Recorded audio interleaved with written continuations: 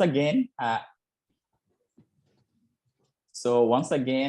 many thanks for making yourself available and to participate in this webinar series. And we are indeed much happy to be connected with you again on behalf of the DRG and also on behalf of the International Disability Alliance, UNICEF, and CBM Global, that the organization running this project, which is funded by USAID. And we also happy to welcome our colleague Karen Johans from the USAID, who is attending this webinar in a listening mode to learn about this project and the process of delivering such capacity building for OPDs in Africa English-speaking countries. Today we have the facilitation team, our colleague Gordon from European Disability Forum. Gordon, could you say hi? Yes, good afternoon, everybody. My name is Gordon Rattray. I work for European Disability Forum as a program coordinator, and I'm based in Brussels in Belgium.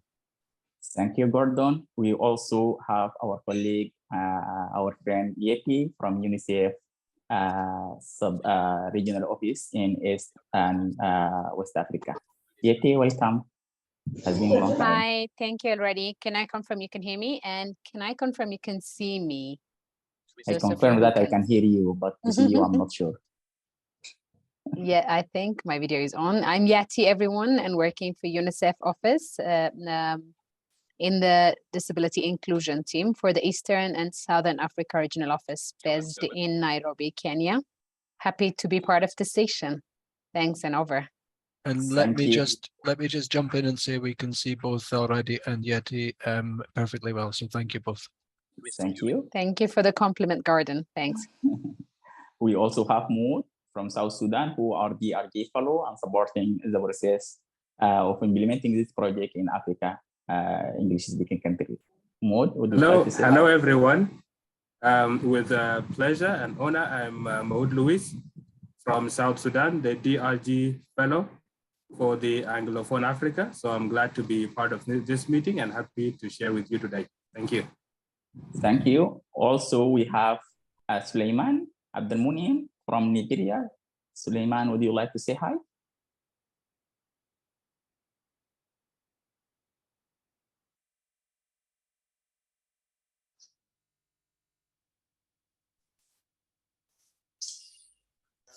Hello, everyone. Wherever you are, I am Sulaiman Abdulmumin Uja.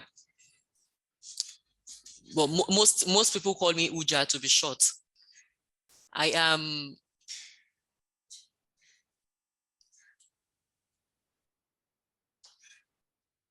presently I am with CBMG Global Disability Inclusive as the Disability Inclusive Advisory in Nigeria, or their Nigeria office. And the Disability OPD Bridge trainer. I have been within the cycle of the bridge right from the start. I am happy to be here to share some of the experience I have on humanitarian clusters. Thank you. Looking forward to this wonderful interaction with everyone. Thank you very much. Thank you, Suleiman. And we also have Stacy Carson that you all know through the communication email invitation, and she's doing great support with the organization and logistics. Stacy, let's people hear your voice this time. Thank you, Aradi. Good morning, everyone. Good afternoon. Thank you for joining this second session of the African DRG awareness session. My name is Stacey Coxon. I will be the IDA technical focal point for this Zoom meeting, and I'm working as a senior project officer in the capacity building unit with my colleagues and supporting the fellowship program within this DRG project. Have a great session, everyone. Thank you. Thank you, Stacy. Karen Johans, I'm not sure if you would like to say hi, not to put you on the spot. Oh, sure, Alradi. I'm happy to say hi. Let me see if I can get my camera working. Thanks so much for having me. It's a pleasure to be here with you all this morning. I'm really looking forward to listening to the discussion and learning more about issues of disability inclusion in the Anglophone Africa region. Over. Thank you. All right. So also,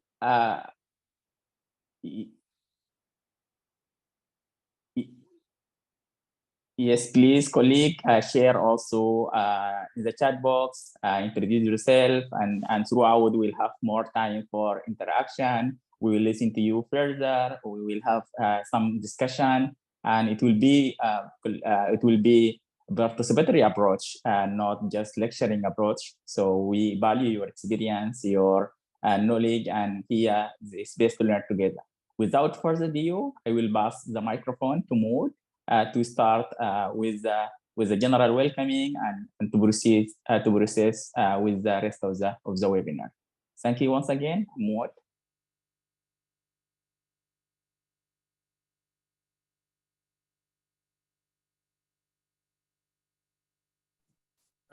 Thank you so much, Roddy, and the rest of the participants. The second to Roddy, allow me to welcome back all the participants to the awareness session on humanitarian action. After having participated in the first session, we are very happy to welcome you to this session so share with you some of the information that were not included in the previous session. I hope that you had an entertaining session during the last session, and also we gave you some homework that you could work on so that when you come to this session, you will come afresh and you will also have understood more about the previous. As we welcome you to this important session, we give chance to each and everyone. Whenever you feel that you want to ask a question, you are welcome to ask us any kind of question. If there are some points that were not clear from the previous session, you are also allowed to welcome and share with us so that we can understand where you might be facing challenges so that we can address some of those challenges, because the purpose of organizing this program is basically to help you address some of the challenges that you face as OPDs in terms of participation in humanitarian action. As each and every one of you are aware, we have humanitarian actors, and we have myself, who is representing, who is actually the DRG fellow or the OPD DRG fellow for African continent. So each and every one of you are welcome. We have several sessions, training. We have various topics that we want you to understand the entry points to the humanitarian action. And we want you basically to understand the entry points. And for us as facilitators, we'll be eager to take you through the various sessions. So here in our program, we are working actually as part of working group 6. And as each and every one of you are aware, we are part of the DRG program, which is the Disability Reference Group on Inclusion of Persons with Disabilities in Humanitarian Action, which is co-shared by UNICEF, International Disability Alliance, and CBM. We have different facilitators who have already introduced themselves, and you already do their names. So here we are looking at the objectives of our session.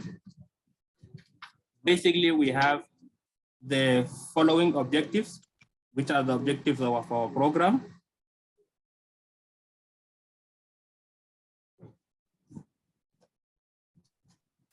We cannot hear you, Maud.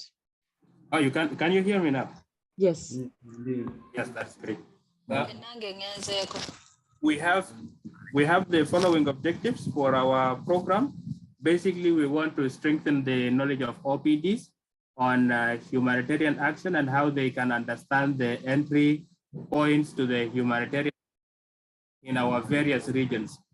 For example, when it comes to humanitarian action in our various countries, we have the classic system where OCHA coordinates the humanitarian activities, which is Organization for Coordination of Humanitarian Actions.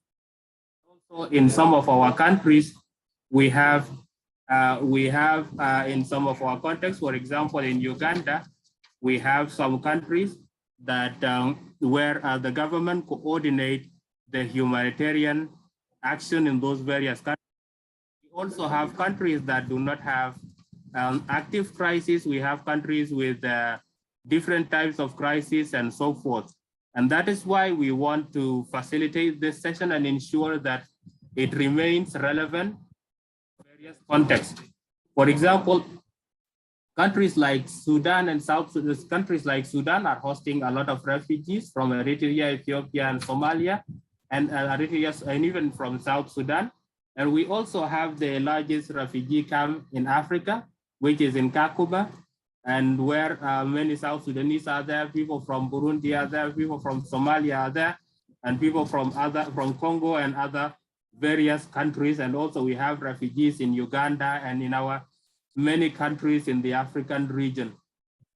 It's important that we look at those various contexts. Of course, it is important we have the understanding and that we know how to be able to deal with the humanitarian context, with the humanitarian in our various contexts.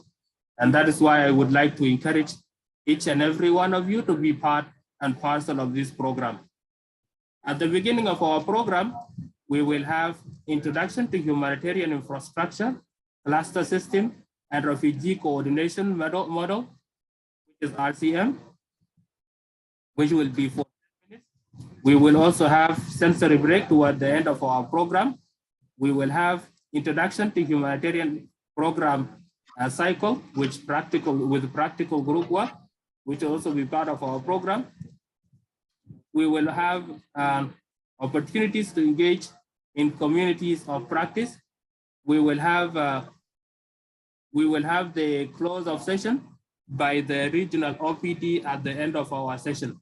So given our various contexts in Africa, it is important that we come together, share our information, participate effectively, learn from each other. If you have any accessibility challenges, please, we have the chat box.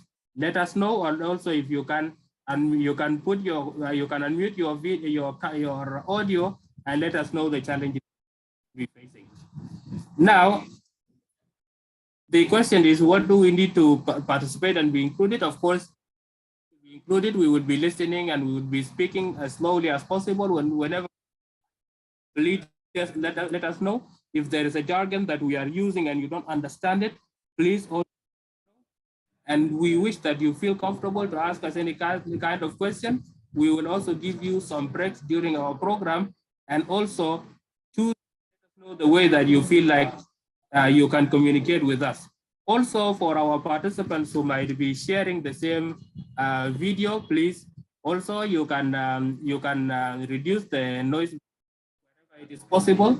And you can also use the mic if you are a single user for your computer, so that we can also understand, and so that we can reduce the here in our background. If you can raise your hands using the Zoom hand, also let us know. Up to here, I would like to stop you. I would like to stop here and take it back to my colleague Yeti, so that she can take over from here. And thank you so much.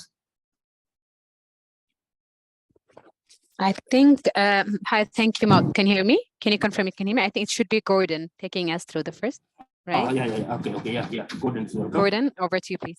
No problem. Thank you. Take us through the other things. Thank you. Thank you very much, Yeti and Maud. So I'm going to now show a short video which was produced by European Disability Forum as part of a project that we participated in a couple of years ago about inclusive humanitarian action. The video is only a few minutes long, and it's going to talk about the importance of inclusion of organizations of persons with disabilities in humanitarian action. So give me a couple of seconds to organize my screen sharing here, and you should be able to see and hear the video in a couple of minutes.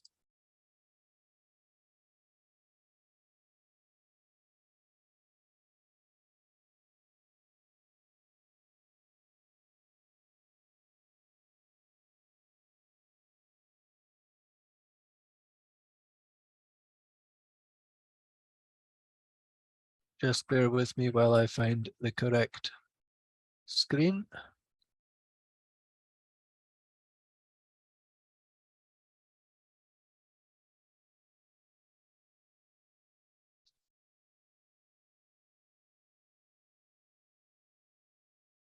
Okay.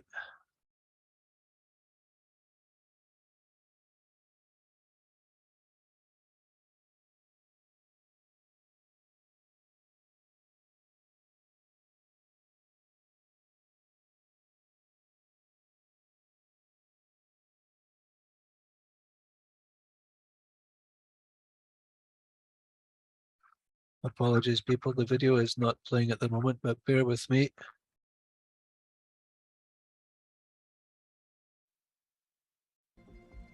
Stacey, you've got it. Thank you very much. For an emergency response to be effective, everyone must be involved. This includes persons with disabilities. They are always among those most impacted by disaster and conflict, those most excluded from aid, and too often are the least likely to be engaged in decision-making. In 2019, the Interagency Standing Committee broke new ground in addressing these inequities. It produced, together with 600 stakeholders, including organizations of persons with disabilities, a new set of guidelines to help humanitarians. The IASC guidelines for the inclusion of persons with disabilities in humanitarian action set out essential steps that humanitarian actors must take to reach all persons with disabilities during any given crisis. It is Chapter 5 of these guidelines that focuses on the partnerships with and the empowerment of organizations of persons with disabilities, aka OPDs. OPDs are hugely diverse in membership, location, size, and purpose. They already have many priorities as they continue to fight for inclusion in everyday life. Not all will have a humanitarian mandate or experience. Nevertheless, OPDs must be meaningfully engaged in all stages of the humanitarian program cycle, from preparedness to response, recovery, and all necessary monitoring and evaluation. Equal partnership is not just important but crucial. There must be adequate dedication of resources, including financial ones, so OPDs can engage and support, leaving no one left behind in an emergency crisis. OPDs offer a multitude of solutions at all points of a crisis. They support the identification of persons with disabilities in their communities, educate humanitarian actors about disabilities through their lived experience, strengthen advocacy campaigns with national and local governments to ensure that services are inclusive, identify key actions that need to be made for inclusive policies and practices, support data collection and also monitor the inclusion of persons with disabilities during the crisis. Even in humanitarian situations where no OPD exists, persons with disabilities representing the affected population must still be identified, included, and consulted.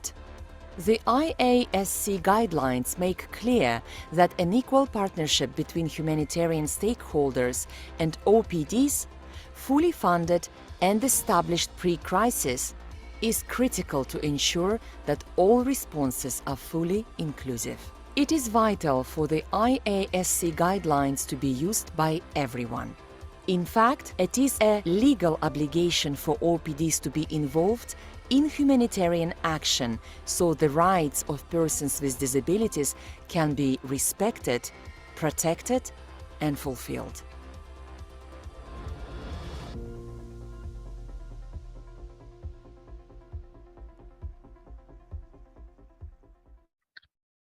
Thank you very much, Stacey, for sharing the video for my, I couldn't get it to play. So this video, as I said, was produced by European Disability Forum. So it was produced by an organization of persons with disabilities, and it clearly shows the importance of including DPOs in all stages of humanitarian action, and gives some guidance on how to do this. The video is available. We can put links in the chat, but the video is available, as you saw, in English, but also in many other languages, including Swahili, French, and Arabic. So there will be other versions which are more appropriate to different contexts in Africa. And if anyone has any questions, feel free to email me afterwards or ask now.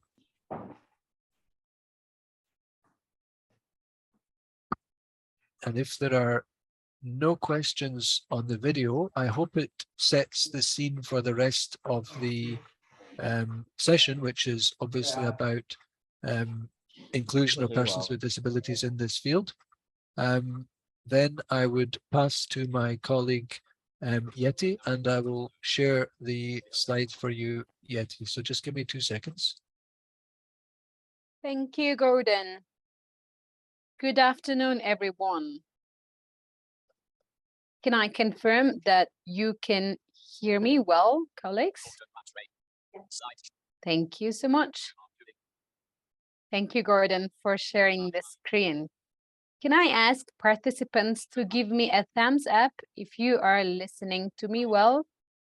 I just want to make sure that you are present in the virtual space. I don't see any thumbs up. Yes, well heard. Thank you. I only asked for a thumbs up. Thank you. Okay, thank you. Yes, and in this section, I will be taking you through international coordination mechanisms. I wish you have summarized the key takeaways from the previous session, but we will build on what you have already discussed in the previous session, which I was not lucky enough to join you. So we will be, as you saw from the video and as Gordon nicely summarized, organizations of persons with disabilities are not effectively engaging in humanitarian actions. And there are so many reasons for that.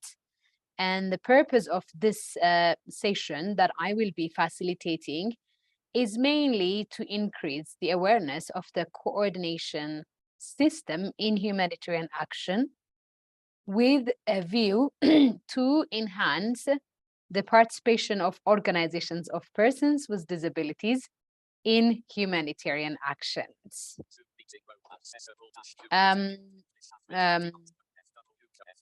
In order to ensure the participation of persons with disabilities in their organization, we will need to understand what are the coordination mechanisms. So there are 2 coordination mechanisms in humanitarian action. One is the cluster system approach, and the other one is the refugee coordination mechanism. I am happy that you write your questions on the chat, and my colleague Stacey, who is my virtual assistant in the session, will be summarizing it later, but we will have a lot of interactions in the session. So the cluster system approach, the cluster approach is one way of coordination, and the refugee coordination mechanism is another way of coordination. So what is the cluster approach system? Maybe we can go to the next slide to show what does it look like. It's a diagram that we can see. I hope this is more descriptive picture, but so this cluster system approach applies only for crises which are non-refugee crises, okay? For any crisis which is involving refugee situations, the refugee coordination mechanisms will apply.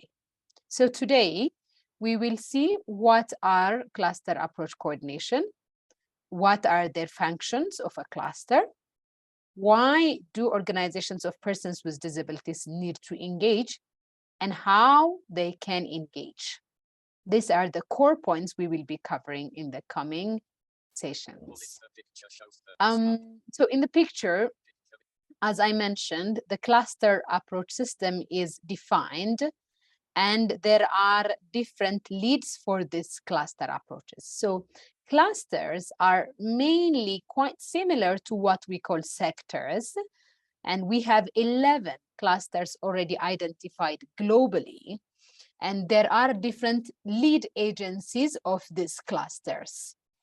I may ask colleagues to describe on the pictures, but you will also receive, for example, education cluster is one of them, as you can see in the diagram. And this education cluster, for example, is led by UNICEF and Save the Children globally. So as I mentioned, there are 11 clusters, which means there are 11 sector areas, which are coordinated by different lead agencies. Mostly UN agencies lead this. Either it can be one agency or two agencies as appropriate. So these 11 clusters are global clusters. And then at the national level also, these clusters may be taken, and even at the subnational level as needed. However, there may be sub-clusters within the clusters. One example is that, for example, I was in Mozambique last week, where the cyclone Idai was affecting people, and mainly Beira and the surrounding in Mozambique. And there was a protection cluster.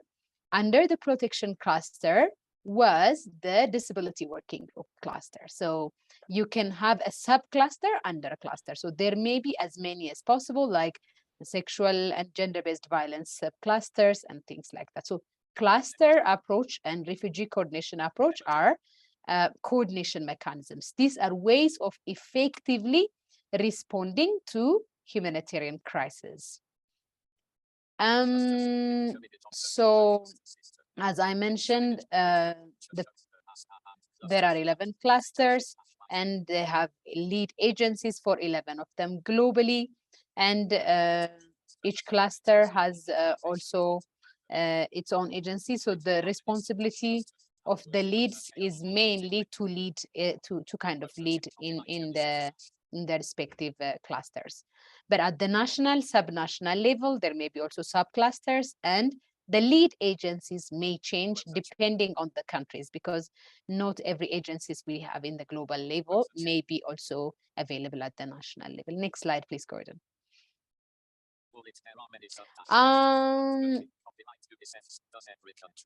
So, does every country has a cluster? Now, I want you to respond. Now it's time for you to respond.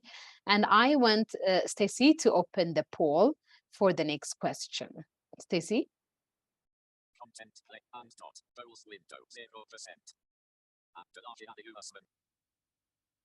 So there is a question, does every country have a cluster?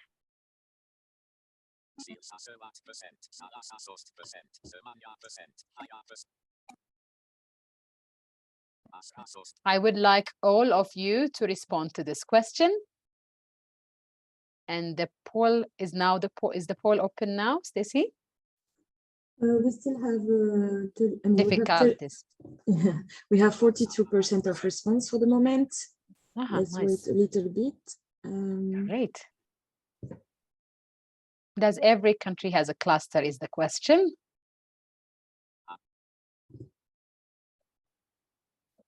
People have entered the waiting.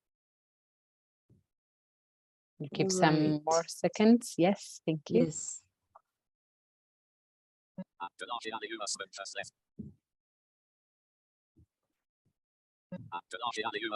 joined them. Percent.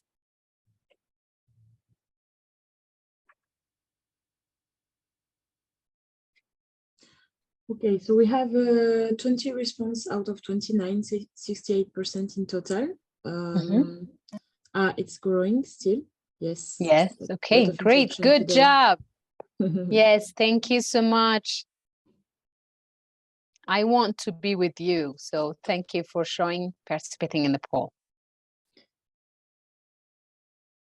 All right, so we have 75%. I think we can end the poll now. Perfect. Thank you. So in terms of results, we have 36% responding yes, 23% responding no, 18% responding only those where there is an emergency, and 23% saying that they only recognize emergencies where national governments request international support. Okay.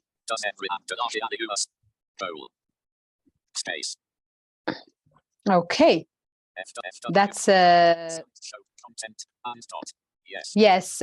So I think that the lowest percentage is 18%, right, Stacy? Sorry, you still have the result up? Yes, 18% responding to the response C, which is only those where there is an emergency. Okay, and then 23% says that they only recognize emergencies where national government requests international support. Okay, with this poll, we will stay with next slide, Gordon, please. Okay, as you can see, we will stay with the 23% now in this poll. So clusters do not exist in every country. That's very true. So where do they exist? So the global clusters are existing there, but the right answer is that clusters exist where there are recognized emergencies and where the government has requested. So these clusters are not permanent structures. As I mentioned initially, they are coordination mechanisms. So they are only set up, especially at the global level, they exist there. But these clusters are existing when there is a recognized emergency, and that emergency is not easily to be addressed by the government. So the government, when it is large scale, when it really would require multi-sectoral intervention. So it's something, cluster system approach, it's something to be established in places where there is recognized emergency and where the government has put an explicit request, because the governments have their own sovereignty, so the government should request for this mechanism or for the cluster system to be established. So now the 23% is something that we take right. So it's with the recognized emergency and when the government requests for it. Global clusters are responsible. What are they responsible? Because we talked about global cluster and national cluster. So they have different tasks. So at the global level,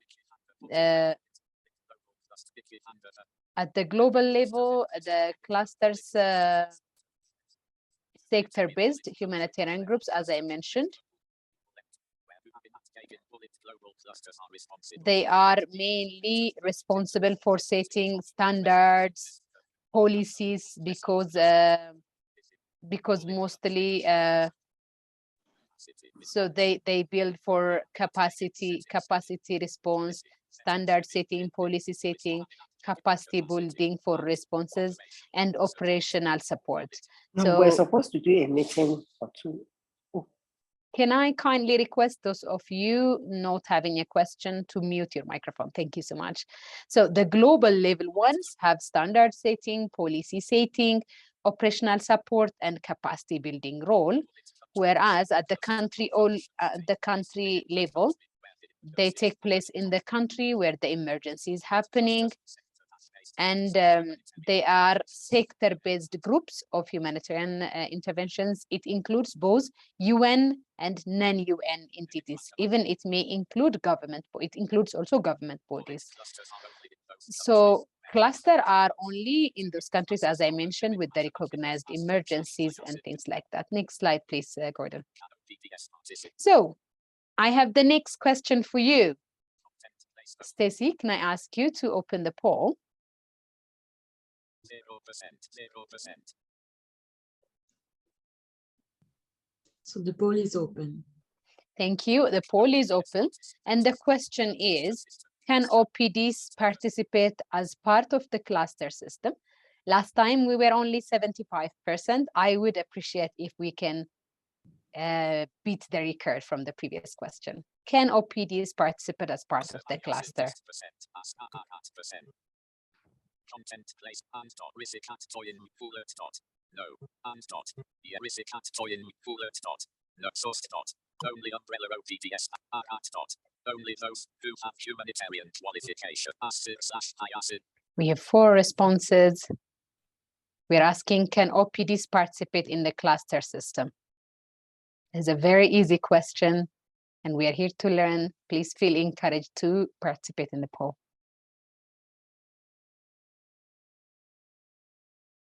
So percent.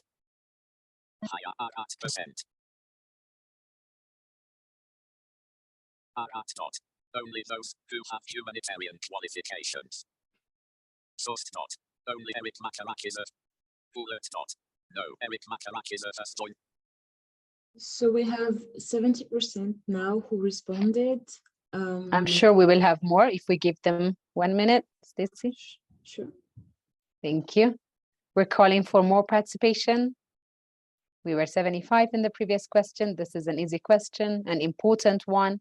Can OPDs participate in cluster systems? This is very important. And we encourage for more participation. Feel free to close it after one, maybe half a minute, Stacey.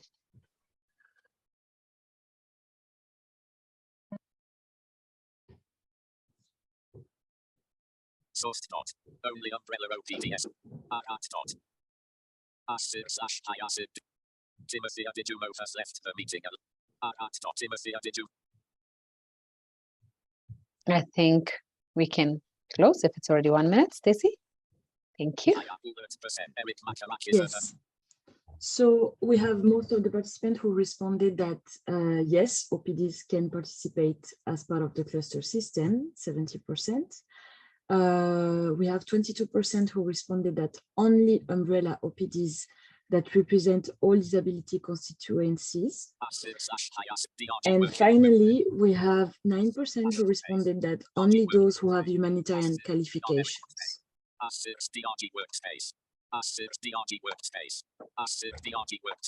Thank you so much.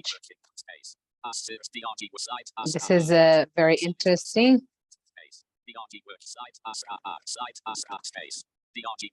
Okay, yes, that's a very important point, and the majority has won this time. Yes, organizations of persons with disabilities can participate. As we mentioned earlier, the cluster system approach brings the UN, UN and non-UN. So organizations of persons with disabilities are among the non-UN entities. However, it doesn't have to be umbrella, having constituencies, having a qualification of humanitarian actors. So I hope we are on the next slide, right, Gordon? Can we go to the next slide, slide 15? If we're on that one. Sorry, I'm not following your slides very well. Yes, that's a very right question. All organizations of persons with disabilities can participate in the cluster system.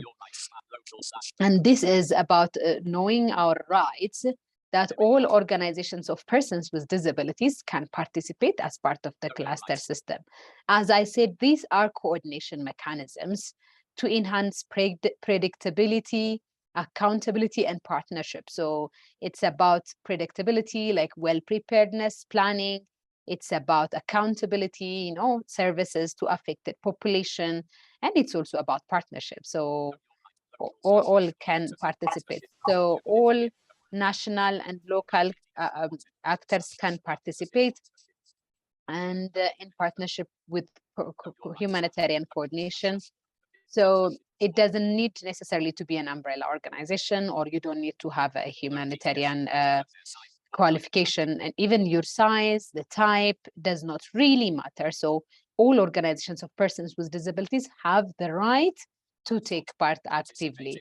So they can participate in humanitarian coordination structures and influence the decision of the coordination mechanisms. There are different decisions. For example, when can food be distributed? Where, who should get what? You know, all these things, and when all these things really are decided there. So the fact that organizations of persons with disabilities are not on the table will risk the fate of persons with disabilities being easily left out. So it's a place, it's a platform for influencing decision making. It's also about accessing opportunities for leadership at national and subnational. As I mentioned, for example, in Mozambique, FAMOD was leading one of the clusters that really gave a huge change. Like for me, my experience in Biera completely it was different, because the DPOs were never recognized. Now we see them leading even a cluster. So it's an opportunity for leadership. So it also gives an opportunity for other entities, including government and the UN, to show the capacity, the potential of organizations of persons with disabilities.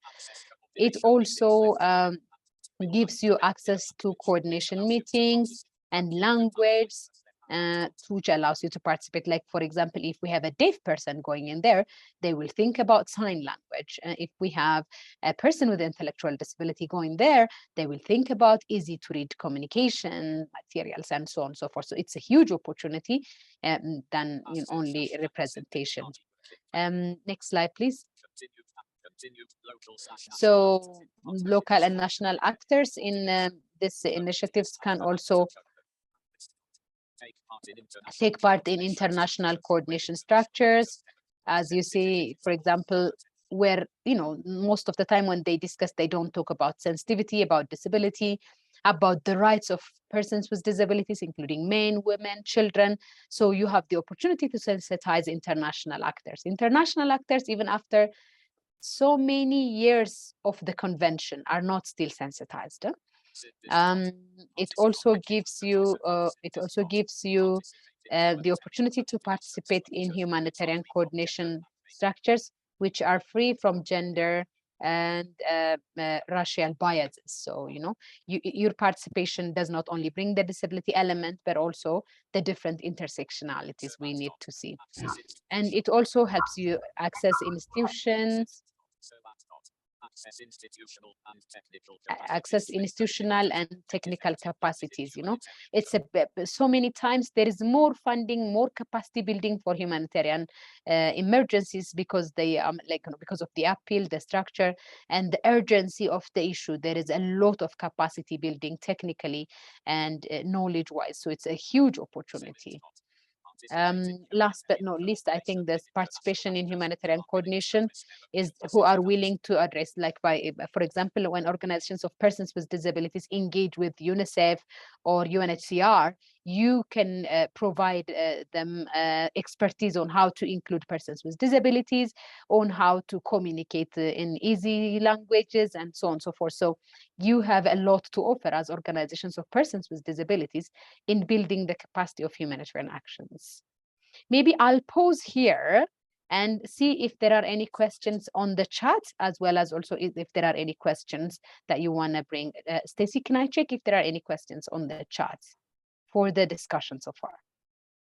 We don't have a question, however, just mention about the echo that is related to your voiceover. I don't know if you maybe want just to explain how it works quickly. So that's why we have this background sound, but otherwise, we don't have questions so far. But I mean, participants, if you want maybe to write question in the chat or take the microphone, open the microphone, sorry, and take the floor directly, please feel free to do so. Sorry, is this yes, Angelique? I have a question. This is Patrick. Yes, Patrick. Yes. Sorry, hold on, Patrick. Can I just address one thing? Are you listening to my voiceover? Yes, I can. Oh, I'm sorry. I did not know that because it doesn't happen on Teams. Okay, I'll not use the voiceover then. Okay, I'll turn off the voiceover. Good. Okay, Patrick, please proceed. Yes, I'm Patrick from Uganda and here from the Association of Persons with Hearing Loss. I have a question. How can we access institutional and technical capacity, strengthening our organizations or our OPDs right at the grassroots? Thank you. Thank you so much, and I hope you don't hear my voiceover now. And I'm a bit struggling, but yeah. So with Patrick's question, I think how can we access institutional and technical capacity buildings at the grassroots level in through the cluster approach? Is that your question, Patrick? Yes, that is my question, please. Excellent. So good. So that's a very important question. As I mentioned, these clusters operate in different levels. So the first, as I mentioned, is global. And the second, as I mentioned, is national. But depending on where the crisis or the emergency is happening, there are also sub-national clusters. Like, for example, if the problem is in Karamoja, I know that you're coming from Uganda, right, Patrick? So there may be a cluster formed only in Karamoja. So at this grassroots level, whosoever or an OPD which is operating or running in Karamoja can be part of any capacity building. As I mentioned, for example, there may be a capacity building about breastfeeding by the nutrition cluster leads. If I give a very concrete example now with what's happening again in Uganda with the Ebola crisis, for example, the nutrition leads, part of the thing that they will be doing is how should, an infant born from a parent who has Ebola, be getting, do breastfeeding, yeah? So those kind of trainings, any materials to be developed, they go or they're channeled through this cluster system approach. So when you work closely with them, you will have the first-hand access to any manuals or standards or trainings to be provided, any skills buildings also to be provided in relation with that. So for a grassroots level, as I mentioned, it helps mostly, or you can easily access those supports if the grassroots or if the cluster is formed at the grassroots or at a subnational level. Otherwise, as I said, even though it's a national cluster, then the national cluster focuses on the area where it's affected. So through through accessing the standards, through accessing trainings, through accessing different capacity building materials and activities, you can definitely benefit from that. Patrick, can I confirm if I have addressed your concern? In some cases, there is also financial grants provided to respond for some issues. That's also part of the capacity building. Yes, Patrick? Yes. Thank you very much. I think you have answered the question. Thank you so much. Can I check if participants have other questions? So we have another question in the chat box and 2 hands up. So we'll just start with the chat box, which is saying from Chandiga John, at what level can OPDs be involved in situation where during planning persons with disabilities are often not consulted? Interesting. Who asked that question, Stacey? Chandiga John. Do we know where Chandia is from? Okay, we can always come back. Thank you, Chandia, for your question. Quite important question. You can chat in the meantime which country are you from, if you wish. If you don't, please feel free not to. Yes, actually, Chandiga is from South Sudan. Hates South Sudan. Thank you so much. Yes, he's also working for the ADF. Okay, perfect. Thank you so much, Chandiga. Yes, this is a very important point, and we will definitely go through it as we go deeper into the sessions. But Exactly, we have to be on board as soon as possible. I will come later on to this question in detail. I agree with you, it should be in all stages, but I will also be providing some practical tips towards the end of this presentation. So if you can be patient with me, I will park this question for a while. Do you agree, Chandika? Okay, I would take your silence with as an agreement. Do you have another question, Stacey? Thank you, Chandika. We saw that you had your microphone on to respond, but I think you have some sound issues, so you can still type in the chat. We have question from Ishiaku Adamu from Nigeria and from Miki Anda. Maybe we can have Ishiaku starting and then Miki. You can turn on your microphone, Ishiaku. Ishiaku, please. Thank you, Tessie. My question is regarding the clusters mentioned.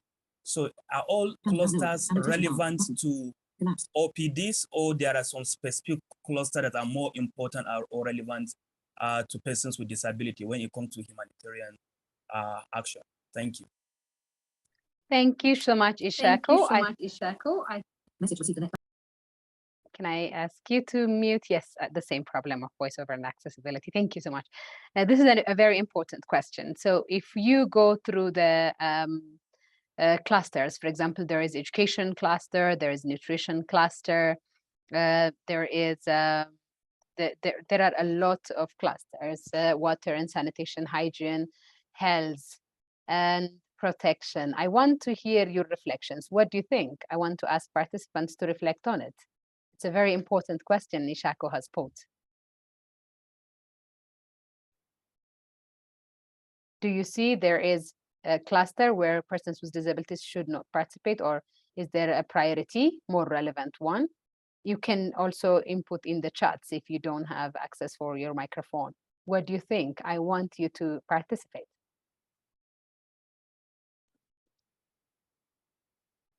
Or anybody who wants to come in is also free.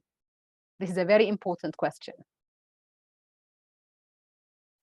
Do we see any? Because I have muted my chat, Stacey. I will need you. Yes, my so NVDA. Chandika John saying that all clusters are relevant. In the chat, we have one thumbs up. Yes, okay. Just for your information, Yeti, I'm also showing the slide with all the clusters now. Exactly. Thank you so much. Yeah, thank you. Because I was not exhaustive in my listing, Gordon. Thank you. Yes, I agree with Chandika. All the clusters are relevant. Sometimes people think that we have to be only in the education one. Then the issue of water and sanitation hygiene is forgotten.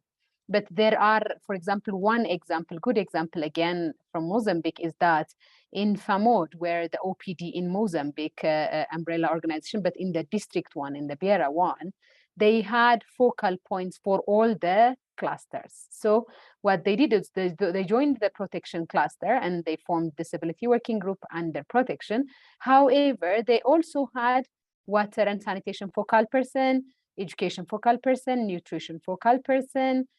Every cluster, they made sure that OPDs were represented. So because if we address only education related needs and we don't address water and sanitation and hygiene, then in the informal education setup where education is given, then the issue of water and sanitation for children with disabilities is not addressed. As you know, our rights, both in the humanitarian as well as in the development settings, are highly interconnected. If we have only representatives in the water, sanitation, and hygiene, and if we don't have in the nutrition, then issues around food distribution, information about nutrition in accessible formats are not taken up. So that's why we always say that all clusters are equally relevant, and as much as possible, we need to be represented in all the clusters. Ishaq, does this answer your question? Or you want to come in and explain it?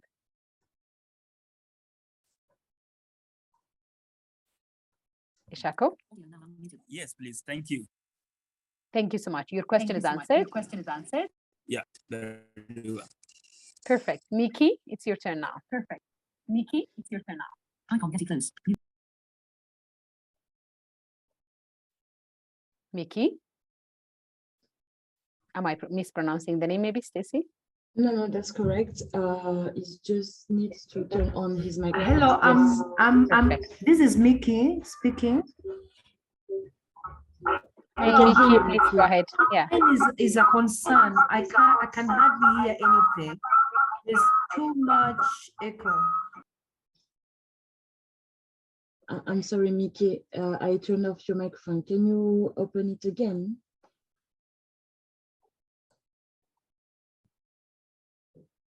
Crystal, I need you to whisper to me the slides then. Can you whisper to me the slides? Can you whisper to me the slides? Okay. So. Or Josephine, you can stop. Sorry, Mickey, can you hear us? If you can just open back your microphone. Come here and tell me the slides.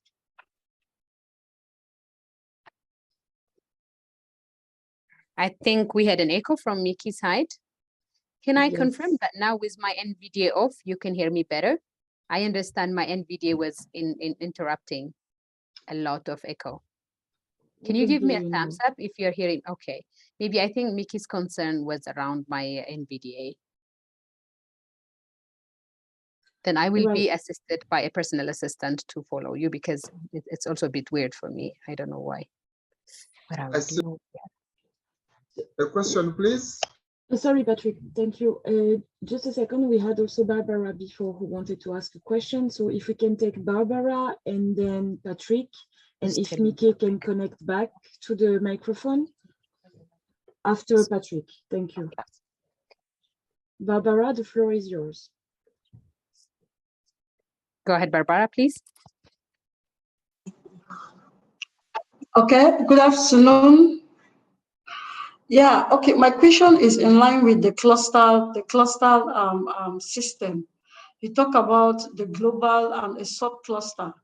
So I wish to ask, can OPDs create a sub-cluster within a global cluster for them to better focus on their activities and discuss what terms they have to do concerning humanitarian actions? I think that's my question. Thank you. Thank you. Thank you, Barbara. Good question.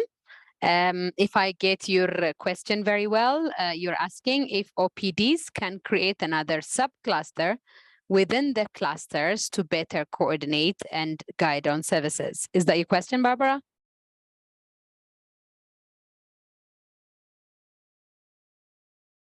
If so, this clusters. Yes, that's the question. Okay, thank you. So these clusters are mainly service-oriented clusters. These are sectors we normally know, like water and sanitation, hygiene, nutrition, shelter, education. These are services. So it's not about who are the service providers, but it's mainly about what services need to be delivered for population affected by the crisis and how can we better coordinate it. So I don't advise creating an OPD subcluster, because if we create one subcluster in under one cluster, there will be a high chance of disability issue being cornerized and the discussion will not be around the services. So I would rather suggest that we encourage representation of OPDs in all the 11 sectors as relevant in circumstances where you have a shortage of maybe members or representatives. I would suggest that you work closely with the lead agencies to ensure that disability inclusion is clearly addressed in whatever discussion or strategy or decision being passed. So these clusters are internationally accredited or adopted ways of coordination. And they are mainly sectors. You know, these sectors also exist outside the humanitarian settings, right? So education, water and sanitation, shelter, we also need them. But the reason that this cluster system is created is when emergencies happen, you know, those structures, those processes in place may collapse and government may be overwhelmed. Like, for example, if there is a very intense attack in Northeast Nigeria, government may not be able to respond with its capacity because it may require more partners and the services needed may be different. All the usual structures and processes in place may not serve the purpose. That's why with the government request, when there is a recognized emergency, this temporary setup of a cluster system approach is needed. And whenever possible, our reach and our effort, our advocacy should be towards meaningful inclusion of persons with disabilities and their organization instead of a specialized or a segregated approach, even towards cluster system. Barbara, did I answer your question or you need some more clarity? Can I confirm? Okay, please feel free to follow up via chat in case you have more questions. Yeah. Yes, I hear you, Barbara. Okay. Thank you. No, you answered it. It's okay. Thank you so much. We take only one more. I think there was one more. I think Yes. then we should proceed to the Patrick next one. Here. Patrick, please. Yes. Yes. My question is related to the chat. And I will just give an example. The chat shows it shows a cluster there of education. And I'm wondering how persons with disabilities can benefit from education if it is generalized as education. I'll just give you an example. For us to get or to benefit from education, then education probably could be subdivided into inclusive education, which helps us as persons with disabilities or children with disabilities to benefit generally. According to you, is this chart? Do we find any sub-cluster or any subdivision in the education cluster on the chart? Thank you, Patrick. Subclusters are always created, agreed by the cluster members. So we can always create or we can request for a creation of a subcluster. So in the diagram or in the chart that we showed, we only showed the clusters, not the subclusters. As I mentioned, the subclusters can always be initiated based on the priorities or the needs of that given specific emergency, and then in agreement with the cluster members. So we didn't mention any subcluster specifically in here, but I can see, yeah, one possibility may be having an inclusive education as part of the inclusion cluster or education cluster or so on and so forth. But mostly, as I mentioned, like the disability working group under the protection cluster or the sexual and the GBV, the gender-based violence issues could be. So subclusters can always be created based on the demand and the situation, the emergency situation. Patrick, did I answer your question? Yes, thank you. Thank you very much. Thank you so much. I think we should proceed because for the sake of time and colleagues, Maut and already whosoever is watching the time, please alert me as participatory as I want to be. I also want to be mindful of time. Okay, now we have the next poll, right, Stacey? Can I kindly request you to open the poll? And Yes, please participate. Oh, poll is open. Thank you so much.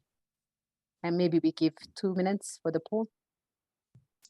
Yeah, we already moving on with the time, so if we can be short.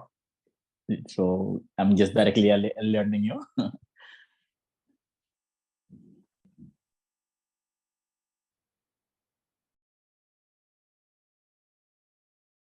Thank you already. It is just doing some technical settings quickly. So we have 32% of response for the moment. Just to repeat, the question is about what is the function of a cluster. So you can respond by saying that it is to promote a common strategy, to ensure coordination and avoid duplication, to address gaps and share information, to develop plans, including funding proposals, or all of the above?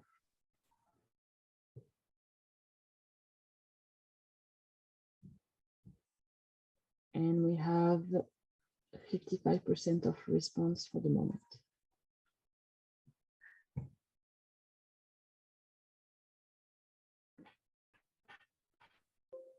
Can you hear me? Sorry. We can hear you. Perfect. I have given up my NVDA, so I am being assisted by someone, so it creates problem. So, okay, what are the functions of cluster? Sorry, so how many percentages? Can you quickly repeat the percentage? Sorry. So the poll is still running on. We have 58% of responses.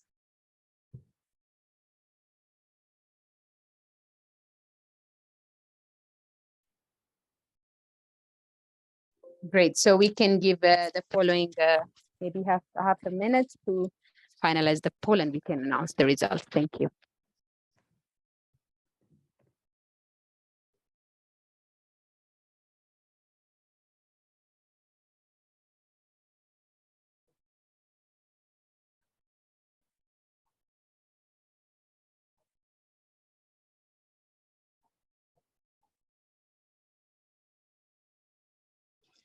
I just would like to add that, of course, these responses are anonymous, so please feel free, don't be shy.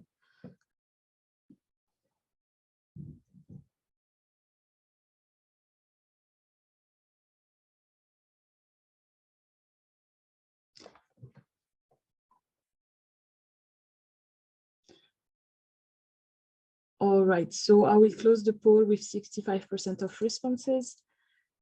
Yeti, for your information, most of the participants responded that all of the response are the function of a cluster. 79% responded that, and then we have 5% who said that it is to address gaps and share information. 11% responded that this is to ensure coordination and avoid duplication, and 5% mentioned that this is to promote a common strategy. Thank you so much, Stacy, and I hope you can hear me again. So yeah, the answer is all of the above. I will be a bit quicker now, being sensitive about the time. Yeah, as you rightly mentioned, it's yeah, for a common strategy, for coordinated service delivery, for addressing gaps and information management system, including, disaggregation of data, they have disaggregation of data. That's also a possibility where you can influence, where data should be disaggregated also by disability, because most of the time we don't have that. We don't see that in humanitarian responses. And yeah, so all of the above is the answer, as you rightly mentioned, most of you mentioned. And for service delivery, effectiveness, and also even for joint planning, including joint proposal development. So that way, as I said, this is a coordination mechanism. The cluster system is a coordination mechanism. So it really benefits for those questions. It helps us to have a common strategy. It helps us address the gaps and the need assessments, ensuring that the needs assessment undertaken are also considerative of disability, sensitive of disability, as Chandiga was mentioning, in every cycle, in every step that's needed. So that's mostly the function of a national level cluster system. Maybe we'll go to the next slide.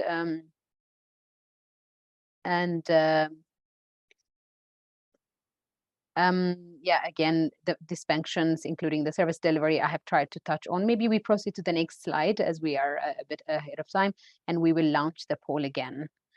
The main reasons for OPDs to participate in clusters, right? Stacy, am I right? Because I'm guessing, since I'm not following the slides. Yes, that's correct. So the Perfect. poll is open. And it's anonymous, please, so feel free to attend.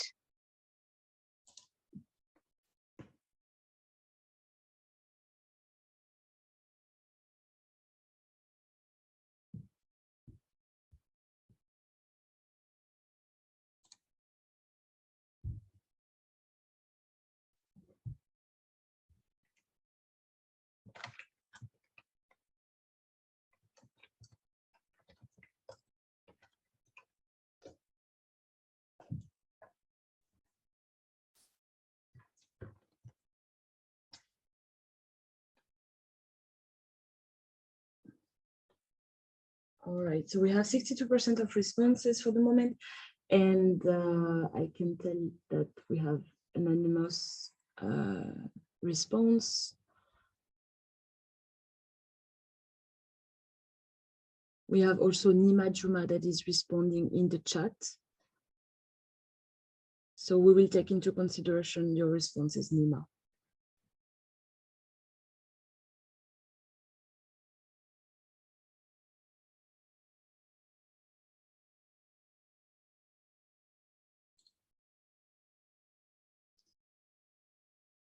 All right, so the poll is closed with 68% of responses, and we have 85% saying that they disagree, and 15% that agree.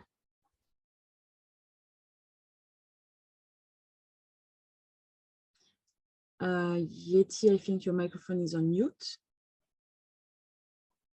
Yeah, thank you so much. Yes, it's good to have the majority disagreeing because if our main purpose or reason to participate is funding, it becomes very contentious. So I think in the next slide, we can see the main reasons that persons with disabilities organizations should be engaging, as you can see, is more importantly to influence the decision making, you know, and to ensure that our wells of expertise and experience, you know, as an organization is also used to plan humanitarian actions better.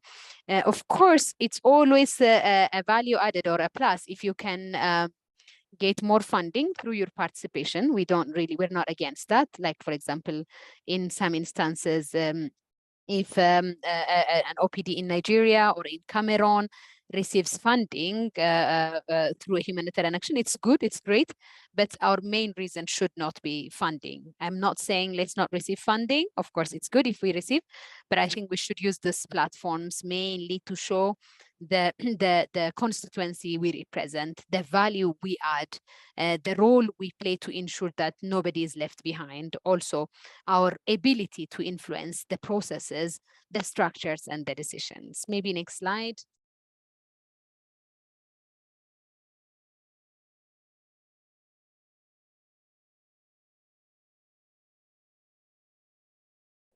So, yeah, as you see, the humanitarian sector is committed to localization, and that applies for OPDs. You know, this is about contextualization. Even though we have global clusters, you know, localization receives a big weight in the humanitarian cluster system. So it's important we take advantage of this opportunity and, you know, kind of be aware of the context, the realities, including the politics, the culture. You know, this international humanitarian actors may not know what a deaf community would need or what an intellectual disability in that community would be you know, considered as, and these are very important values also that you can contribute. Next slide, please.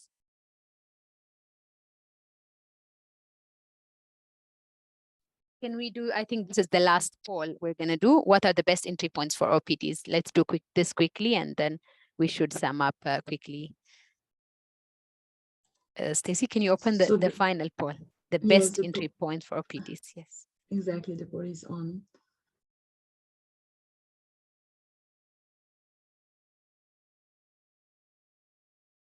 Of course, if you cannot access the poll like Karen, please feel free to respond in the chat as well. We'll take your answer into consideration.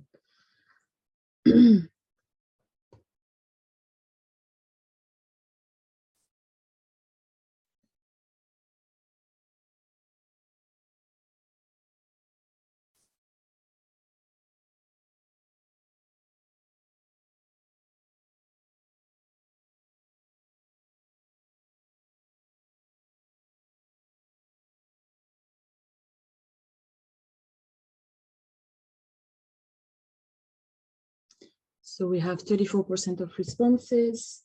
We just need a few more minutes, I think, for people to think about the answer.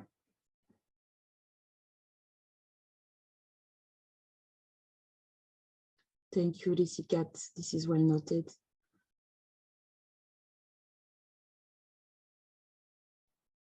Stacey, feel free to read for me. I'm not following any chat. I have turned off my NVDA. Sorry, Risikat is just responding to the poll Okay, with his best answer. Voila.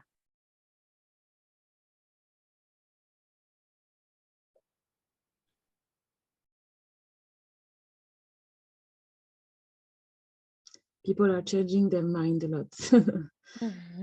Thank you so much. Yeah, thank you. Please feel free to respond to the poll. We really appreciate. This is the most important point Chandika has also raised.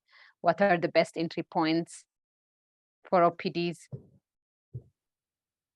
And no wrong, no right. This is a joint learning session and it's anonymous, right? Maybe we should close the poll now because of time, Stacey. Yes, so we will close with 53% of responses. And so most of the participants responded that this is any international humanitarian agency active in their area. After we have 25% who responded that this is the Office for the Coordination of Humanitarian Affairs, OCHA. That is the best entry point. After that, we have also 25% saying that this is actually the Disability Working Group, and 6% both for the Humanitarian Coordinator and the Age and Disability Focal Point. Thank you so much. So next slide, please. Thank you. So yeah, this takes us to the final part of my presentation on practical tips. Yes, what's the best entry point? So as I mentioned, these clusters are always temporary coordination mechanisms for all the non-refugee crises. Then in that case, they may have disability working group, like as I mentioned, some countries quite advanced, like Mozambique, for example. And I know like UNICEF took the lead to really create the disability working group in Mozambique. UNHCR may lead in some places, the Save the Children. So it's not always given that we will have a disability working group. So you may need to reach out for the humanitarian coordinator or for the humanitarian coordination team. You may need to reach out to UN OCHA. But the main thing is that don't wait to be invited. Don't wait to receive an invitation. You really need to go and knock their door and say that, hey, we're here, we want to support. We have to contribute. Part of the lessons I have really learned in life with Ida was that whenever you go saying that I have the expertise, I want to help, everybody opens the door. So please make sure that you use these different avenues. There may be a disability working group, or you may know a disability focal point in UNICEF, in UNHCR, in FAO, in WFP, or in IOM, ILO. You really need to reach out and contact them. And we have created a link here in information on how you can engage with the cluster system. There is the link here, and we will be sharing with you also the PowerPoint. So just in summary, I would like to summarize that today we know that the cluster system is a temporary system to be established in a situation where there is a recognized emergency with a government request. So the government request and the recognized emergency are two important criteria for an establishment of a cluster system. So the other coordination mechanism of emergency for a refugee coordination is a refugee coordination mechanism. I will ask my colleague Gordon to help me in the next slides, but just know that if it's a refugee crisis, it should be the refugee coordination mechanism. If anything other than the refugee issue, it should be the cluster approach. Who can be part of the cluster is UN plus non-UN, and non-UN would also include organizations of persons with disabilities of any type, of any size, anywhere. And then the main reasons for us to engage is mainly influence decision making and really also share our expertise, but also we can also be part of the planning. And also if we get funding, that's also okay. But to position ourselves as a constituency representing a huge, largest minority in the world. And on how to engage, there are different entry points. Please make sure that don't wait for invitation, go out and reach. Emergencies may happen anywhere, anytime in the world. So it's always important to familiarize your membership and to inform your leadership, including structures and processes, to be resilient. Thank you so much. I'll stop here and give the floor for my colleague Gordon to take us through the following 3 slides on the refugee coordination mechanism. Thank you. Over to you, Gordon. Thank you very much, Yeti.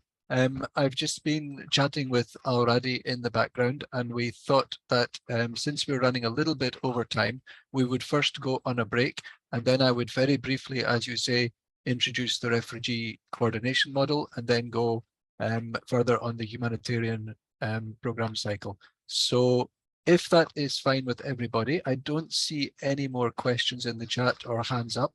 I would suggest now that we take a very short break.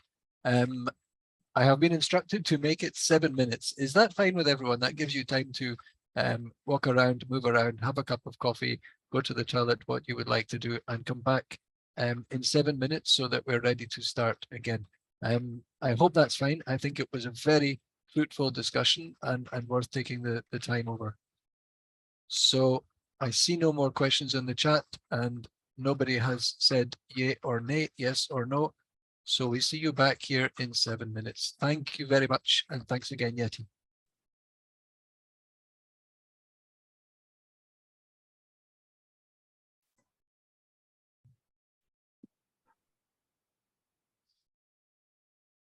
Okay, Okay. more thumbs up.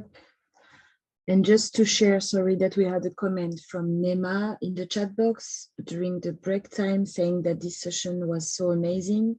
She's really glad and wish to attend more of this in the future. Thank you very much, Stacey, and thank you, Nema, for the comment. The credit goes to my co-facilitators. So now we're going to take just 1 or 2 minutes. I only have 2 slides. If you remember at the beginning of Yeti's presentation, she told us that as well as the cluster system, there is also the refugee coordination model. So the important point that you should take from what I'm telling you is that as well as the cluster system, for situations where there are refugees in a country, there is another model which is called the refugee coordination model. And this is a model which is under the control of UNHCR, so the UN Agency for Refugees. They're the ones who lead and coordinate this model. It is linked to their mandate, and the intention is that it moves from just a theory to a fixed and predictable mechanism that is functioning for all refugees who have arrived in a country from another country.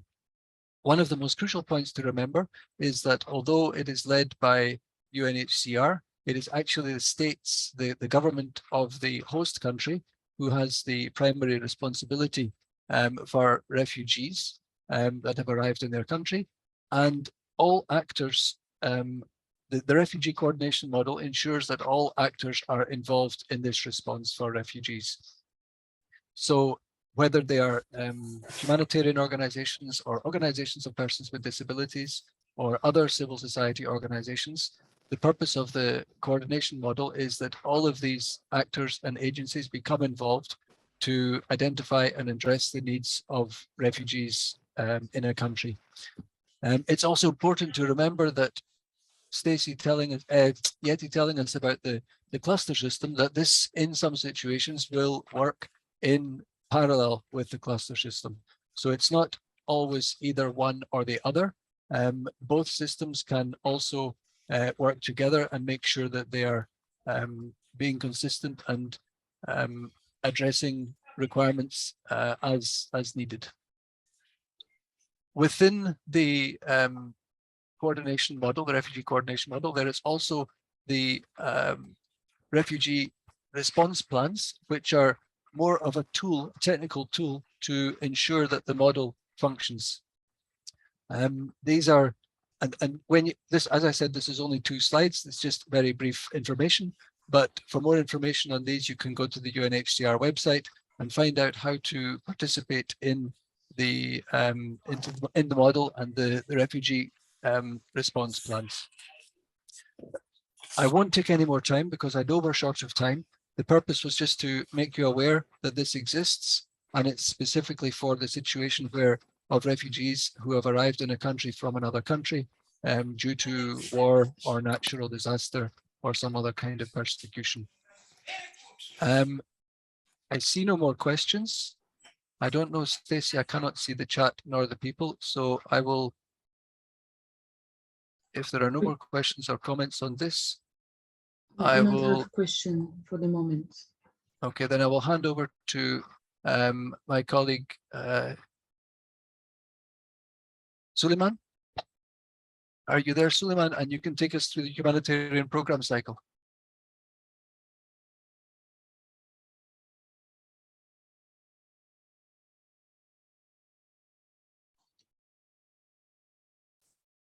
So, yes.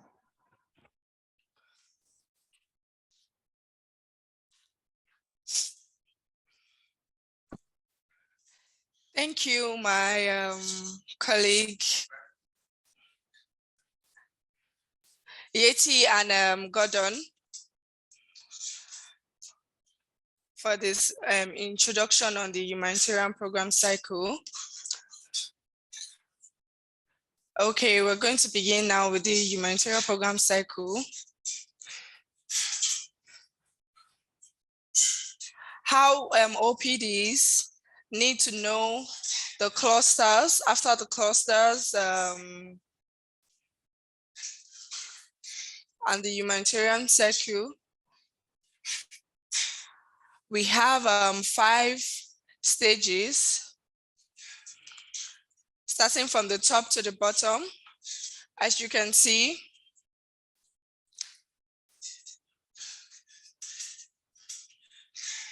we have the first one, which is the needs assessment and analysis at the top.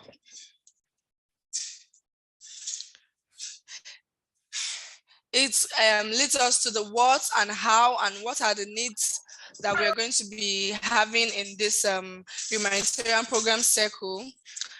Then we have what is called the strategic planning.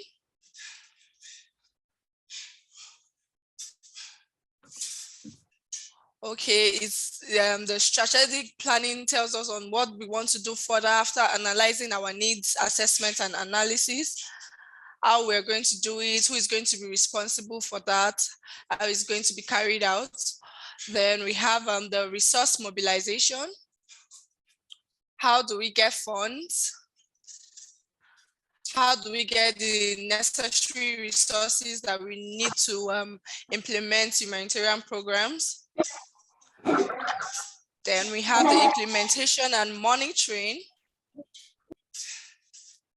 In the humanitarian program cycle, there is surely going to be implementation after the strategic planning and the resource mobilization. Then the last one, we have the operational peer review and evaluation.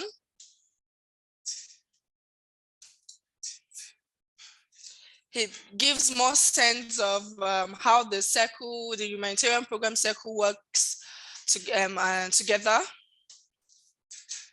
For that reason, everything is being joined in a cycle without leaving anyone behind, and it occurs in stages from one stage to another. Please, the next slide.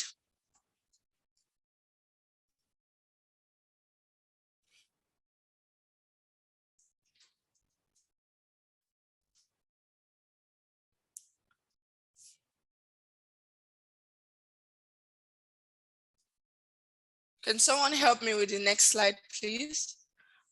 Can anyone hear me? We can hear you, Uja Suleiman. We can hear you fine. Yes, we can hear you very well. All right, thanks for the feedback. So now we are on the key steps of the humanitarian needs overview, which we call the HNO, and the humanitarian response plan, HRP. There are 9 steps that we need to keep in mind in any of our preparations. This will lead us to knowing how to respond in certain issues, and also we have to start from one step to another. Step one is agree on scope of the analysis, the type of analysis, what are the type of data that we're going to be taking and be using, how do we go about it, how do we work with it, who are those that are going to be in the data. Yeah, that's what we're talking about when it comes to the analysis. And from there, it leads us to the next step, step 2, which has to do with undertaking secondary data review, which helps us to review the first step, the data we took from the first step, so there is no mistake, and so we can move forward to next.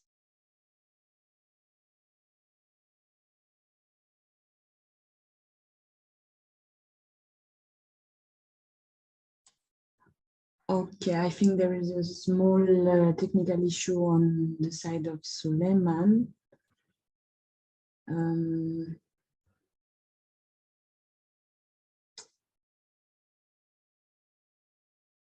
All right, those colleagues want to take over the time that Suleiman fixes his internet connection issue.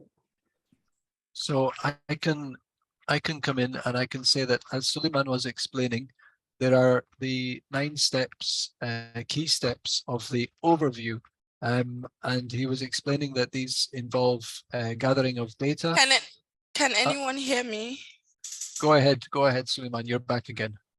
Yeah, sorry, my internet connection just dropped me off, but it's good I'm back now. So we continue from where we stopped.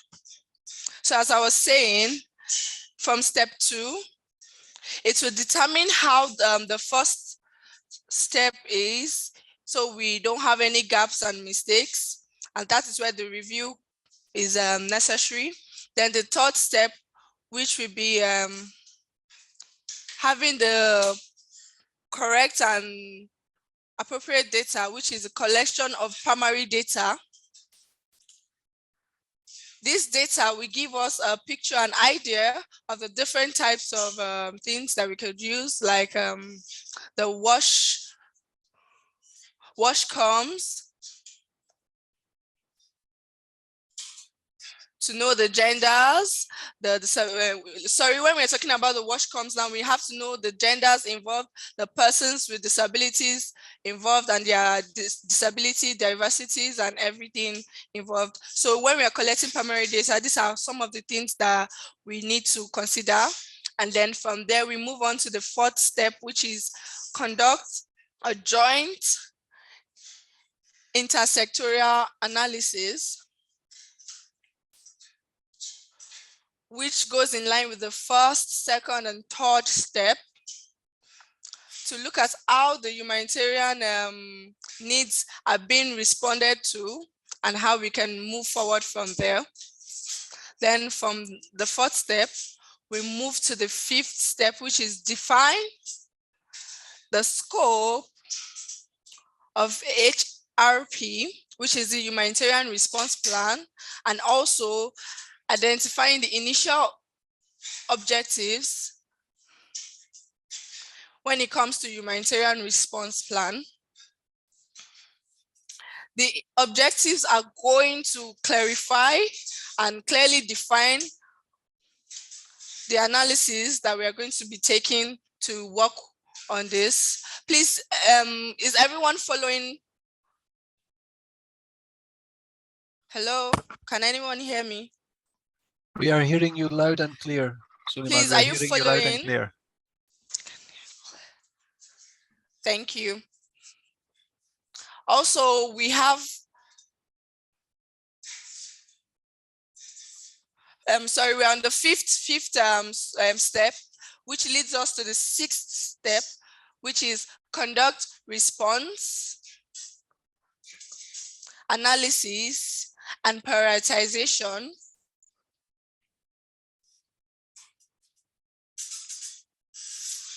We are going to list which of the needs that needs priorities first in the humanitarian needs overview for us to be able to respond properly, and it will help us have a clear level or hierarchy of how to address them, from the most pressing needs to the less pressing needs. And then we move to step 7 to finalize strategic and specific objectives and indicators.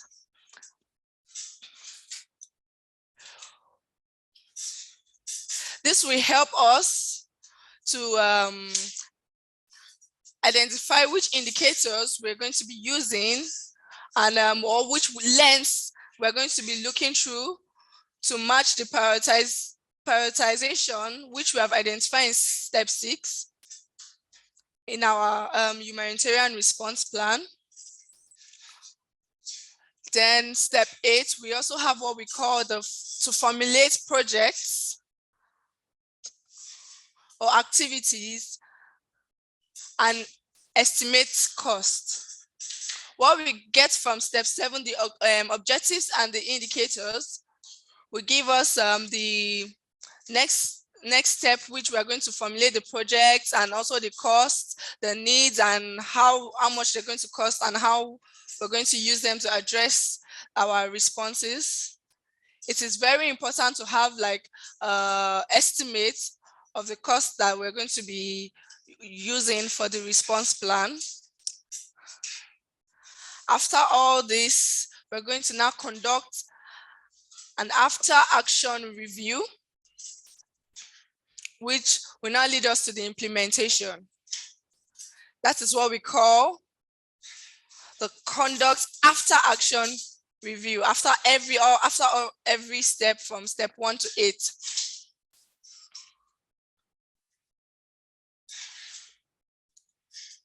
These are the 9 steps that we're going to be using for humanitarian response plan.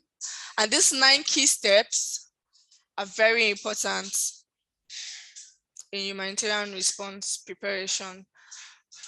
And it also helps to give a clear guidance for all the activities and plans, and there are no separate steps or processes to include persons with disabilities. It is important for OPDs to know and engage in the existing steps.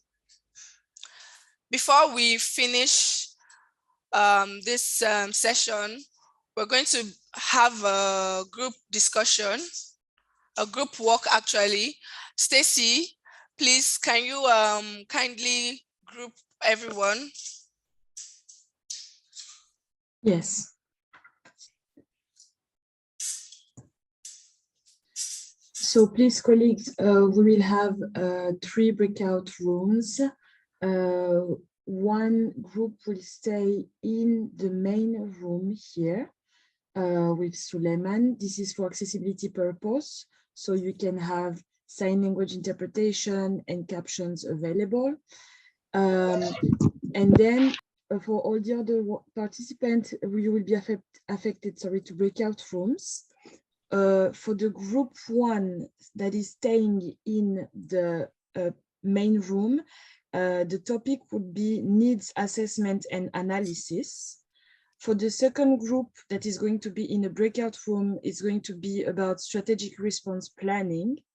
The third group would be discussing around resource mobilization. And the fourth group will be discussing about implementation, monitoring, and evaluation. Please remember to nominate 1 person to report back for your group. So I will open the room now. You just need to accept the invitation to join the group that you have been assigned to.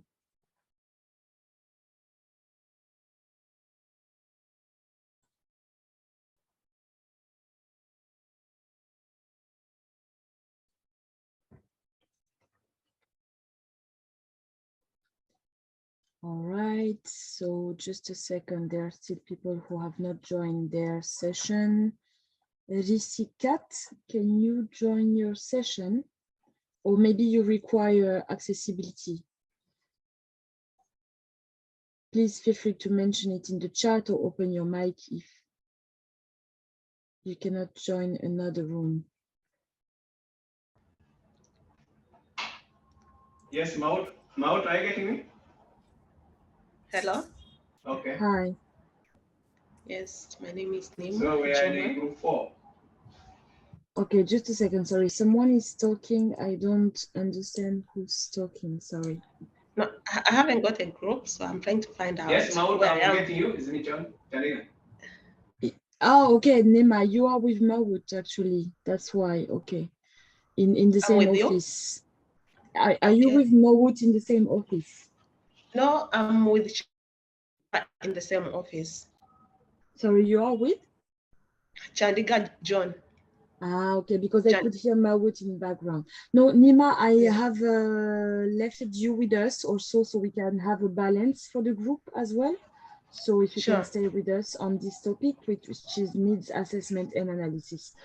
I will leave the floor to Suleiman to facilitate this group discussion. Thank you.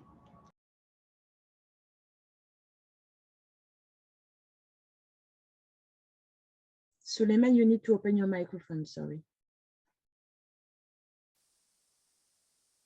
Sorry, thank you. Can you all see me?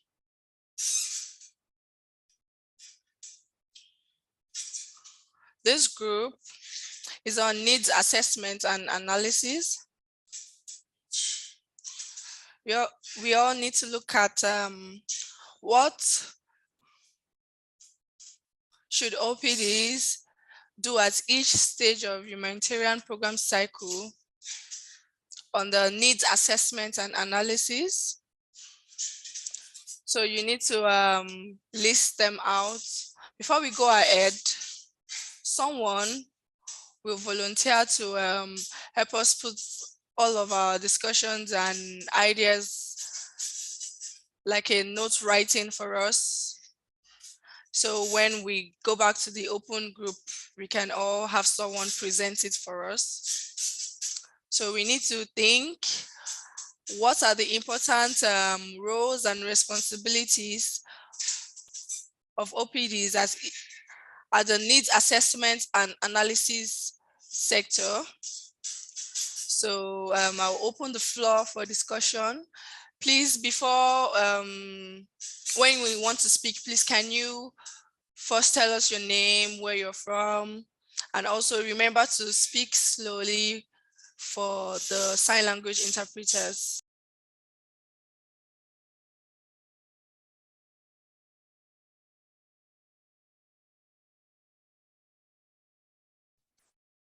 Okay, so just want to help here. In this group, we have Miki Anda.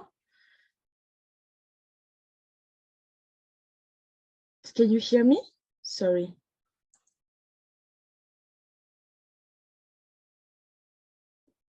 Hi, sorry, can you hear me? This is Stacy speaking. Yes, I can hear you. We can hear you. Okay, thank you. So yes, we have Miki Anda, Timothée Adejumo, Nema Juma, and we also have Abdullahi Aliyu Usman, part of this group.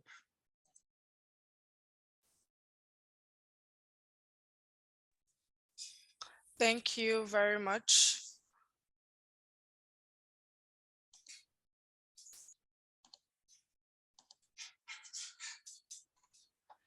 I guess we are all from OPDs, or we are all OPDs. Please be free to speak.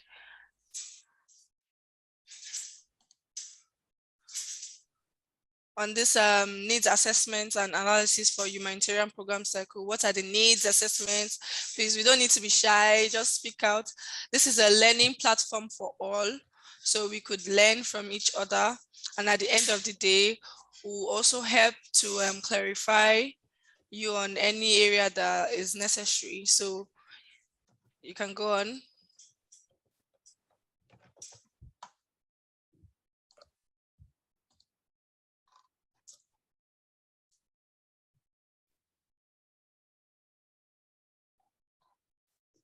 Please feel free to open your microphone open your video or write in the chat directly.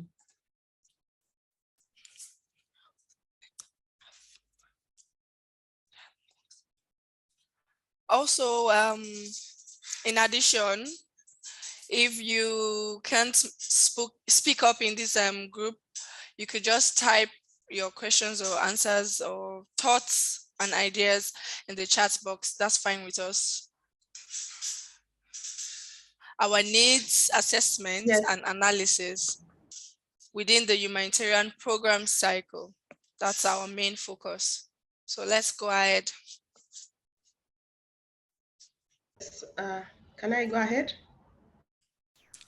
Yes, please. Yes, my name is Nema Juma. I'm the Communications and Advocacy Officer in Life for the World, South Sudan. Yes, what should the OPD do in the need of assessment? First and foremost, they have, before they go on the ground, you have to assess the ground. For example, in South Sudan, there is the issue of climate change, like floods, the implication of floods on persons with disability. As an OPD, before like you go in the grounds, like to go over there, you have to first understand the environment. What should I have to carry with me? First and foremost, the gumboots and the jackets, so that you cannot be more affected. And also, to, once you reach there, you do more awareness with others, because we have different types of OPDs. You do awareness so that other people on the ground, they can easily understand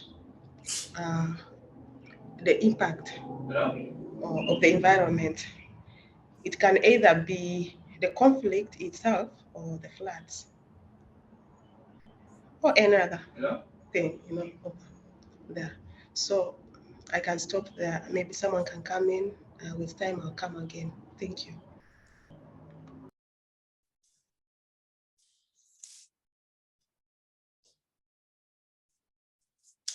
Thank you very much for that point. I'm not sure if someone is helping us to do the note-taking. Is anyone helping us with the note-taking?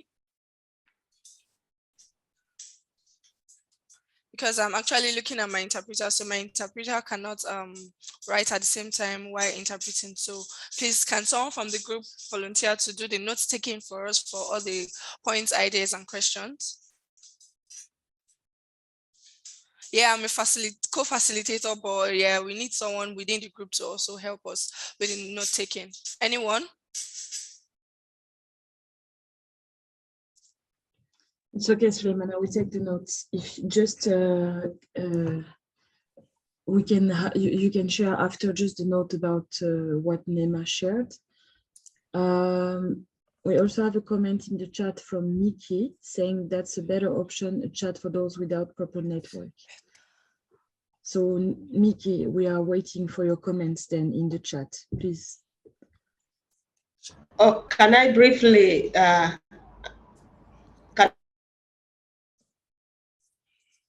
okay. Sorry, can you repeat, okay? Nema? Can you repeat? Yes. Okay, fine. I was saying the role of OPD or what the OPD should do or while doing assessment is that he should understand first the environment where he wants to do an assessment.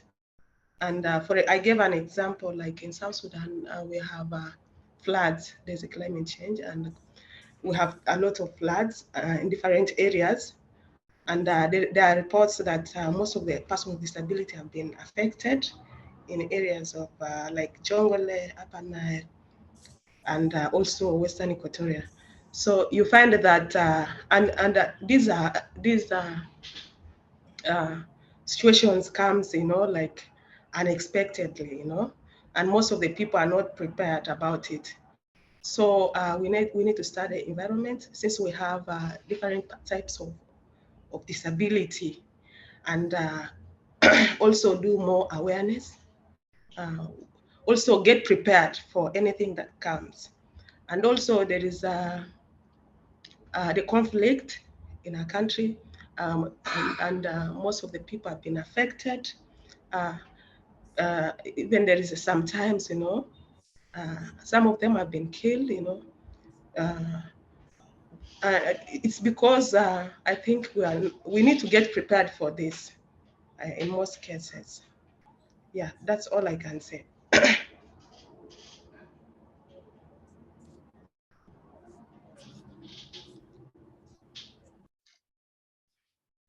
Okay, does anyone else want to take the floor before we stop the group discussion? Timothy, Mickey, Risikat. Yes, I restart this one. I would like to turn off the other gadget that is not giving me better better audio for you. Now, my name is Mickey Handa. I'm from Nairobi, Kenya. I'm actually an OPD. I am a founder and director of an organization called Global Action for Women with Disability in Nairobi. Is a group of women with disability alongside the girl child above, that have also disability. Now, when on need assessment in Nairobi, I think the best that we would do is to categorize them, categorize this because they are there, they're working, they're active, but we would need to categorize them or cluster them, just as we have just seen here, cluster them in the need areas, what each organization is capable of doing best at. For instance, if it is about counseling and mental health, then we take that particular organization to just deal specifically with that. So it is about capacity. We look at capacity and ability to actually execute. And then we also look at the coverage area.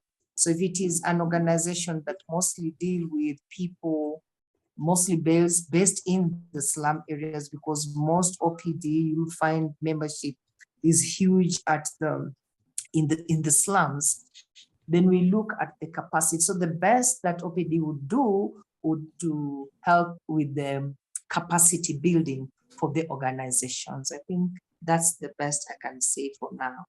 Thank you.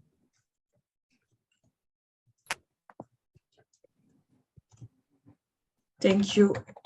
We will go back in 1 minute. Suleiman, I let you finish the facilitation, just if someone wants to share these points.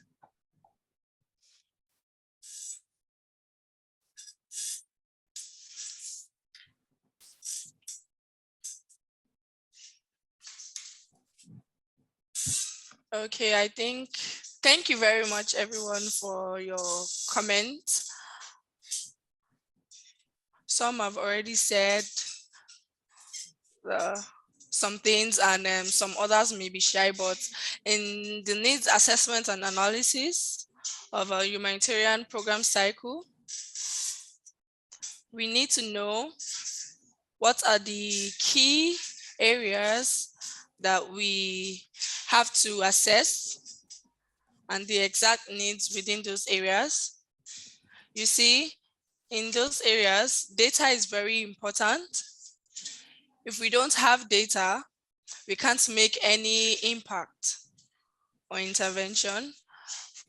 For example, Nema was saying something on the flooding or the climate change in South Sudan, which affects some communities, but we need to have data of those local areas or those locations.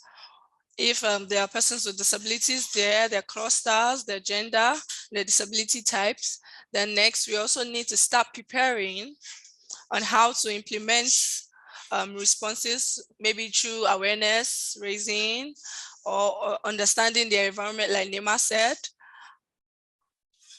And what are the types of capacity strengthening or capacity strengths they have, rather, because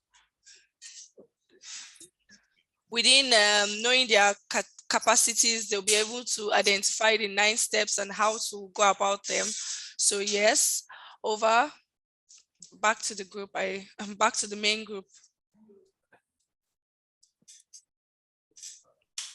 Welcome back, everyone.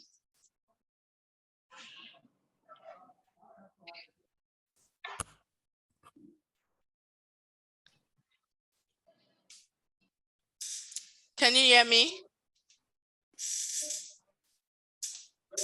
Yes, we can hear you. Yes. Welcome back from the group work.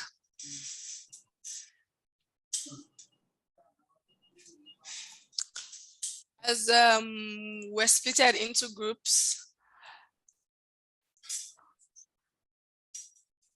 I think there was someone who was responsible for note-taking or presentation in each group. So we need one volunteer from each group to present what they have done in their groups on the group work.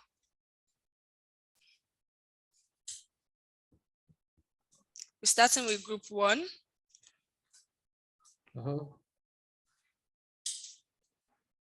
Group 1, who is presenting for group 1?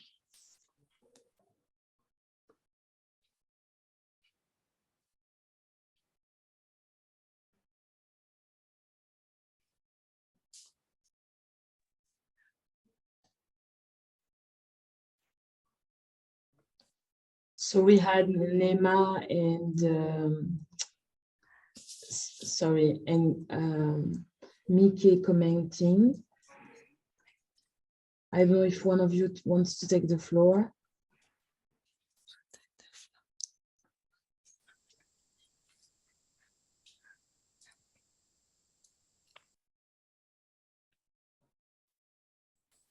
Otherwise, we can maybe summarize from what the points taken in the chat, where we had actually Nema sharing that the role of OPDs it's to understand the environment, for example, in South Sudan, where there are floods in different areas, persons with disabilities are affected and situation comes unexpectedly. So considering the different types of disabilities, we should get prepared, also considering conflict in the country where people are affected. On another note, we had also Miki sharing that we need to categorize or cluster in the needed areas, what each organization is capable of. For example, people based in the slum areas, like how we can help them with the capacity building of their organizations. And this is what they were sharing. I don't know if Suleiman, you want to complete from what they were sharing?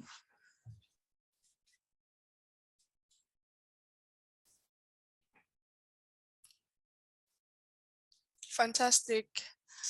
I think we are good to go from there. Or another addition? Is there any other addition?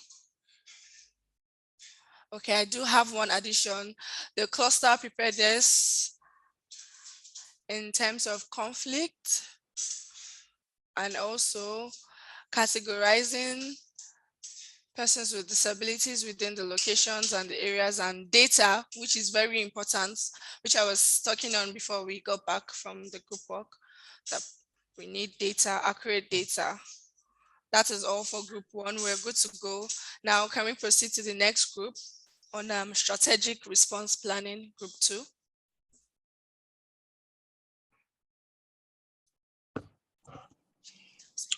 Okay, this is Barbara for group 2. Barbara from Cameroon. We put some points together And looking at it, we have some few. From the first point, we talked about the twin-track approach. Involving persons with disability during strategic planning will help us to embed the aspect of twin-track approach in our planning, in our humanitarian project planning. We make sure that, secondly, we ensure that there is budget for reasonable accommodation.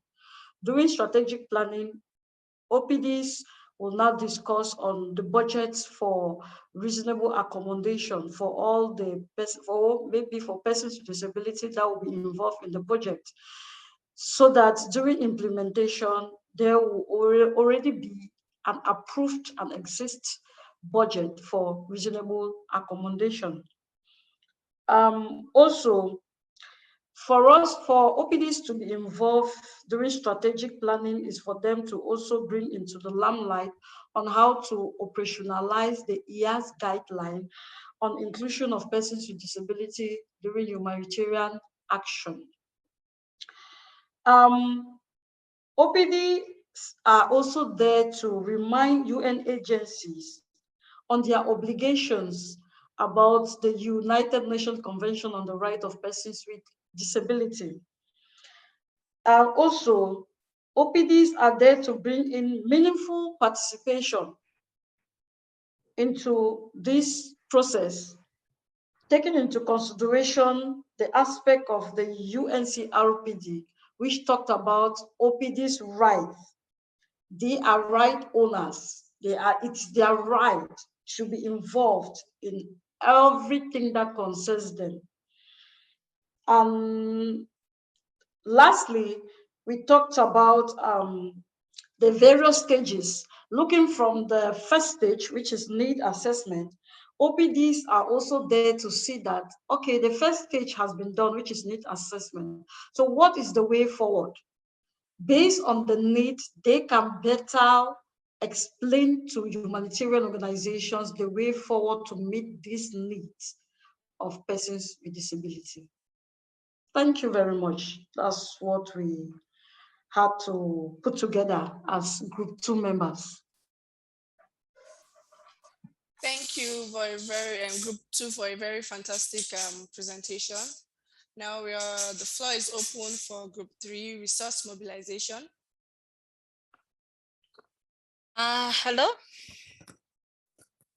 Are you hearing me? This is Annette Babide presenting for Group 3 about resource mobilization. Are you hearing me? We can hear Hello? you, Annette, yes. Okay. What we said with the team, that every OPD has to integrate humanitarian in resource mobilization, and there is need to have skills and knowledge about resource mobilization. We need to develop concept notes in regard to what our organizations are up to, then also write proposals to enforce or to look for more resources so that we can be engaged in humanitarian aspects. Then also there was a point where we needed to look at the clusters. For example, in the humanitarian coordination, to look at our niche. There are so many clusters: nutrition, education, health, but as organizations, what is our niche? Are we in mitigation? Are we in recovery? Are we in reconstruction? Also that one, it was very key when we are looking for resource mobilization. Then further to that, we needed to identify, first of all, priority areas and under our countries, and then also the world in the humanitarian. If we look at the international guidelines, what are they saying? What particular areas can we engage in? Then also we said that we need, as organizations, we need to prioritize activities that are in relation to humanitarian setting, preparedness, and risk response. Then the last one, that we should not look only at human financial resources, but also human resources that can back up the support in the implementing of the humanitarian activities. So far, that is what we had with the group. Thank you for listening.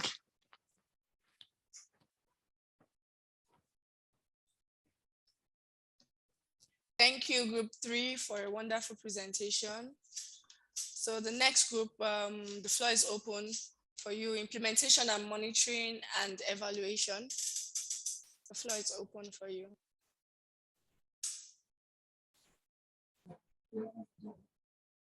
Thank you so much, everyone. I hope that you are hearing me clearly. This is Maud Louis. On behalf of Group 4, I wish to take you through our presentation. We have prepared some few points on how OPDs can engage in implementation and evaluation. And we said that the participation of OPDs should be based on the UN Convention on the Rights of Persons with Disabilities, as well as it is enshrined in the Interagency Standing Committee guideline on participation of persons with disabilities in humanitarian action. And in this regard, we specifically said that the four must-do actions should be the guiding points for participations of persons with disabilities, including empowerment, including ensuring the meaningful participation of OPDs, data collection, and so forth. Also, we said that our strategies, our intervention strategy as OPDs should start with having a strategic plan and designing actually an intervention strategy so that we know exactly what are we supposed to do, when are we supposed to do it, with whom are we supposed to do it, and where should the action that we need be done. Also, we said that we need to assess the needs, we need to provide technical assistance on accessibility needs for people with disabilities in the human. We said also that we need to mobilize persons with disabilities to access assistance and educate the community and humanitarian actors to address the issues related to attitudinal barriers and provide technical assistance for the actors to eradicate humanitarian and eradicate the various barriers that people with disabilities face in humanitarian context. Also, we said that the participation of persons with disabilities should ensure that OPDs participate in the coordination system and that the OPDs also identify the specific risks that that people with disabilities face and propose solutions on how those risks can be. Now, with regard to the monitoring and evaluation, we said that OPDs need to have focal persons, and we need also to assess whether people with disabilities are accessing services, and we need to ensure that also the preferences of persons with disabilities are taken, and that OPDs are consulted when actions are being undertaken by the various actors in the humanitarian context. That is in summary what we have talked about. Thank you.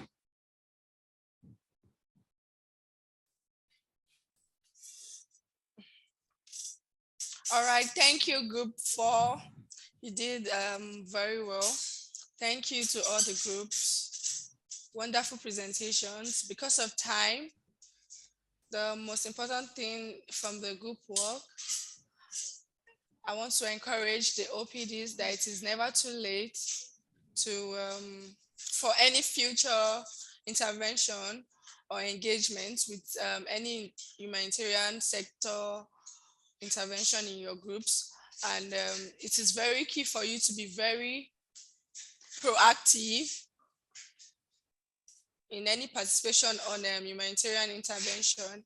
And also, I want to advise you all to visit IASC, the IASC documents or guidelines, which will help you to improve on the humanitarian action issues.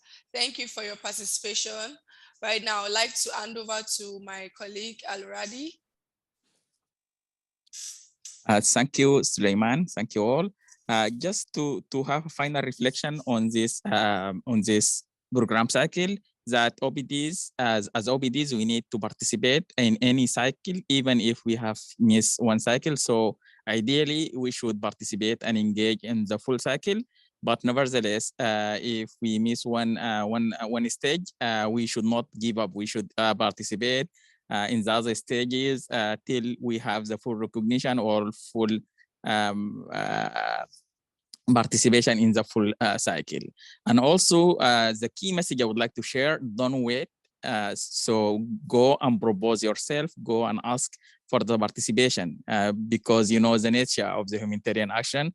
It is very quick, very it is unlike the development world. They do the things very quickly, and so we need to approach them very quickly to be fully on board. So don't please wait, and we need to go further. So by the end, I would like to share with you some next steps that we are having. So as part of this project, we are having these online sessions, but in the early next year, we will have in-person training. We encourage you to apply when we share the call for the application. So please apply, and then we can have in-person training, go deeper onto these topics, exchange further. We will have humanitarian actors as a part of the facilitation team as today. But we will also have them as a trainee. So you will have the more exposure for the engagement with humanitarian actors. Also, as a part of our work, we do what we call community of practice, in where we put together in a platform people who are interested in a specific sector or a specific work.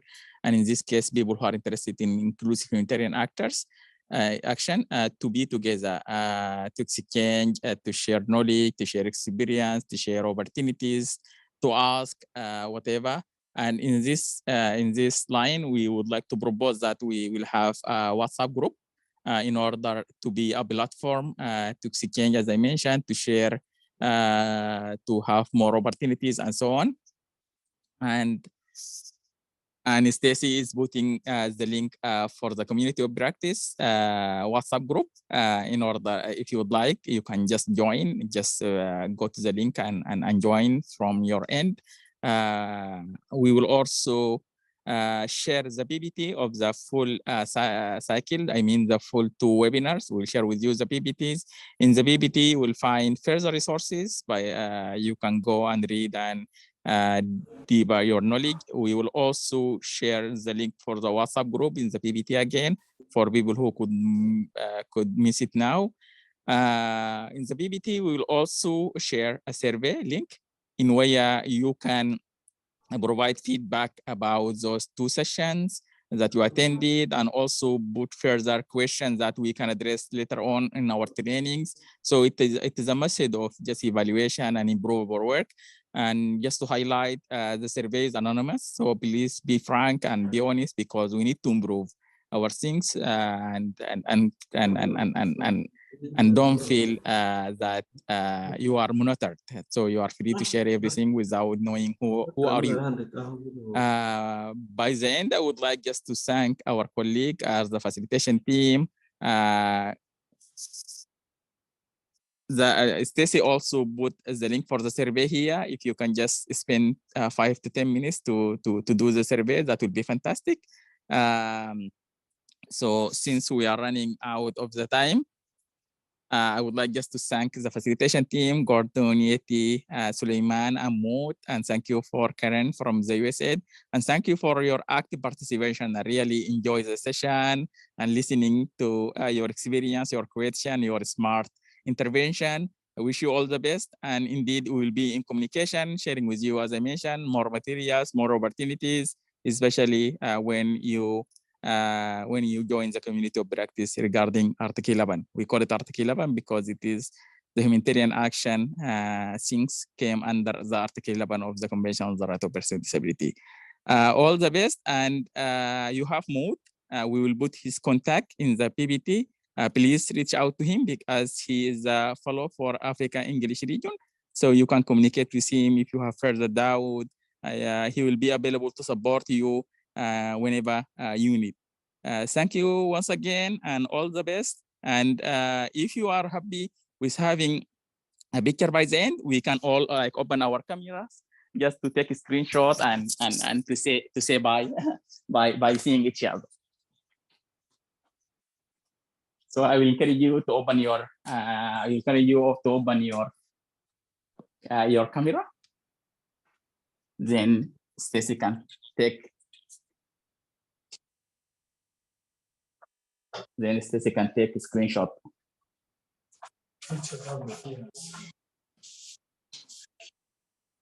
Please come. We are Come. muted. I could not get everyone on the camera, but I have some pictures, which is great already. Thank you very much, everyone. All right. Thank you so much all. Bye. See you later.